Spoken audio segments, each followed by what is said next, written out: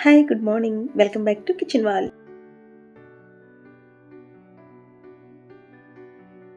ఈరోజు మన వీడియోలో చూస్తున్నారు కదా, రొయ్యల వేపుడు ఎంతో టేస్టీగా ఉంటుంది. నేను చెప్పే టిప్స్తో ఈ వీడియోని స్కిప్ చేయకుండా చూడండి. చాలా బాగా వస్తుంది, మీకు డెఫినెట్గా నచ్చుతుంది.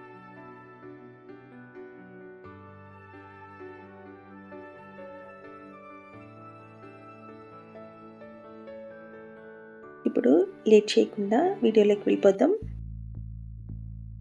ముందు రొయ్యల్ని తీసుకుని శుభ్రంగా వాష్ చేసి పెట్టుకోవాలి. చూడండి, దీని క్లీనింగ్ ప్రాసెస్ కూడా కొంచెం ఎక్కువగానే ఉంటుంది. ఈ విధంగా పైనున్న దాన్ని కూడా క్లీన్ చేసుకోవాలి. చాలా ఈజీగా వచ్చేస్తుంది ఈ విధంగా తీస్తే. ఈ విధంగా మొత్తం రొయ్యలన్నింటినీ కూడా శుభ్రంగా వాష్ చేసి పెట్టుకున్న తర్వాత ముందుగా చిటికెడు పసుపు, కొద్దిగా సాల్ట్, ఒక పావు చెంచా సరిపోతుంది, ఒక నిమ్మబద్దం తీసుకొని దాని జ్యూస్ని అందులో యాడ్ చేసుకొని కలిపి ఒక అరగంట సేపు నాననివ్వాలి. ఈ విధంగా పసుపు, నిమ్మరసం వేసి ఒక అరగంట సేపు నాననివ్వడం వలన రొయ్యల వేపుడు చేసిన తర్వాత మనకి రొయ్యల వాసన రాకుండా, స్మెల్ రాకుండా ఉంటుంది. రొయ్యల టెక్చర్ కూడా చాలా బాగుంటుంది. అవి నానేలోపు ఒక స్టవ్ మీద ఒక బాండీ పెట్టుకుని అందులో ఒక 3 టేబుల్ స్పూన్ల వరకు ధనియాలు, ఒక ఫుల్ టీ స్పూన్ జీలకర్ర వేసి లైట్ గోల్డెన్ బ్రౌన్ వచ్చే వరకు వేయించాలి.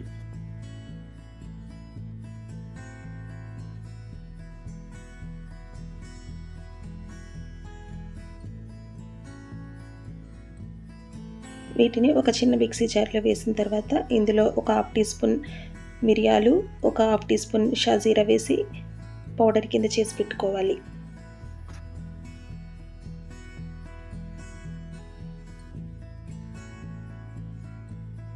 ఇప్పుడు స్టవ్ మీద ఒక ముక్కుడు పెట్టుకుని అందులో 2 గరిటెలు ఆయిల్ వేసుకోవాలి. ఆయిల్ కొంచెం ఎక్కువ పడుతుంది.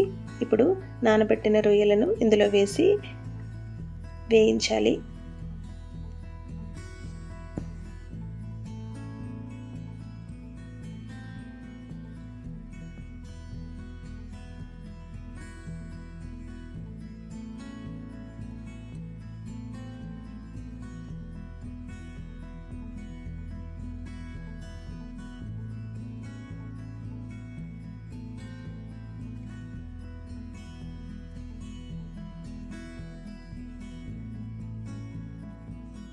రొయ్యలను ఈ విధంగా వేయించేటప్పుడు దీనిలో నుంచి వాటర్ మొత్తం బయటకు వస్తుంది.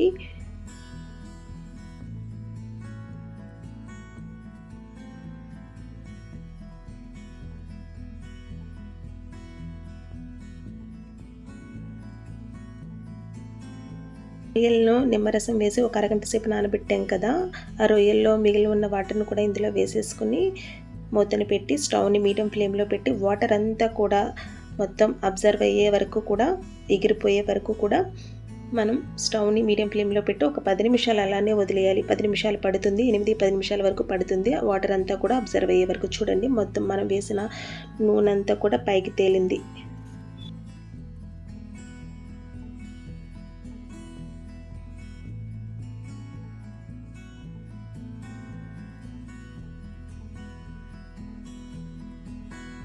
ఆయిల్ అంతా పైకి తేలిన తర్వాత చూడండి, రొయ్యల్ని ఇలా కట్ చేస్తే కట్ అవ్వాలి. మొత్తం రొయ్య అంతా ఉడికిపోయింది కదా. ఇప్పుడు ఏమీ ఫ్రై చేయకూడదు. ఫ్రై చేసామంటే రొయ్య రబ్బర్లా సాగుతుందనమాట. ఆయిల్ పైకి తేలి వాటర్ అంతా కూడా ఎగిరిపోయిన తర్వాత వీటిని ఒక సపరేట్ గిన్నెలోకి తీసుకుని పెట్టుకోవాలి.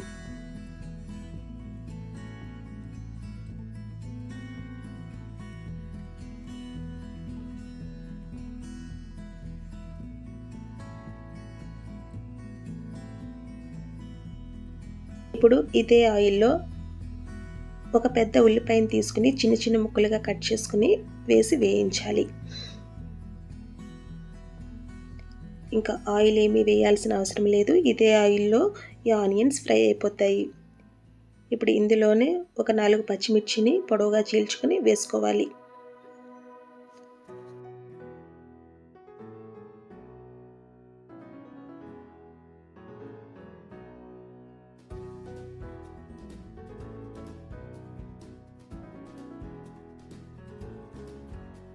ఇందులో కొద్దిగా సాల్ట్ వేస్తే ఈ ఆనియన్స్ అనేవి త్వరగా ఫ్రై అవుతాయి. వీటిని లైట్ గోల్డెన్ బ్రౌన్ వచ్చే వరకు వేయించాలి.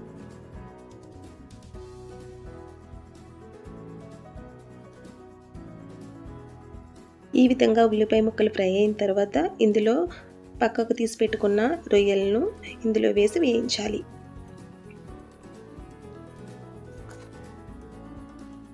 వీటిని ఒక 2-3 నిమిషాలు వేయించిన తర్వాత ఒక ఫుల్ టేబుల్ స్పూన్ అల్లం వెల్లుల్లి పేస్ట్ని వేసి వేయించాలి.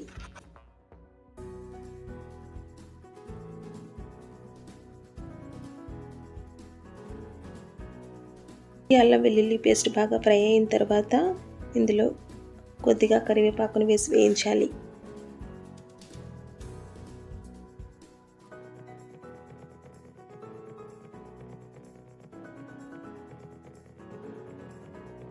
ఇప్పుడు దీనిలో ఒక ఫుల్ టీ స్పూన్ వరకు కారం, మనం ముందుగా సిద్ధం చేసి పెట్టుకున్న మసాలా పౌడర్ని ఇందులో వేసి వేయించాలి.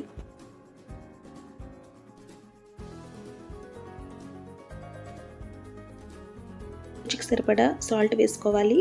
ముందుగా రొయ్యల నానబెట్టేటప్పుడు ఉల్లిపాయలు వేయించేటప్పుడు మనం సాల్ట్ వేసాం కాబట్టి ఇప్పుడు చూసి వేసుకోండి. ఇప్పుడు దీనిపైన మూతను పెట్టి 1 నిమిషం పాటు స్టవ్ని సిమ్లో పెట్టి ఇలానే వదిలేయండి. మనం వేసిన మసాలాలు, కారం, ఉప్పు అన్నీ కూడా రొయ్యలకు బాగా పడతాయి. 1 నిమిషం తర్వాత రొయ్యల ఫ్రై రెడీ అయిపోతుంది. మీకు నచ్చితే లాస్ట్లో కొద్దిగా గరం మసాలా పౌడర్ని కూడా యాడ్ చేసుకోవచ్చు. నేనైతే వేయలేదు. మాకు ఈ టేస్ట్ ఇలాగే నచ్చుతుంది. మీకు నచ్చితే గరం మసాలాని కూడా యాడ్ చేసుకోండి. చివరిగా కొత్తిమీరని వేసి ఒక బౌల్లో తీసుకొని సర్వ్ చేసుకోవడమే. టేస్టీ రొయ్యల వేపుడు రెడీ అయిపోయింది.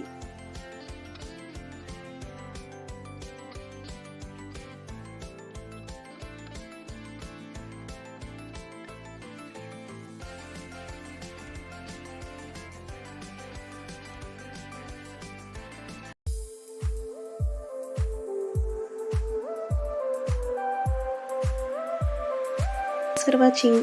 మీరు కనుక నా ఛానల్ చూస్తున్నట్లయితే లైక్ చేసి సబ్స్క్రైబ్ చేసుకుని పక్కన ఆల్ అనే గంట సింబల్ ప్రెస్ చేస్తే నేను వీడియోస్ పెట్టిన వెంటనే మీకు నోటిఫికేషన్ వస్తుంది. Please like, share and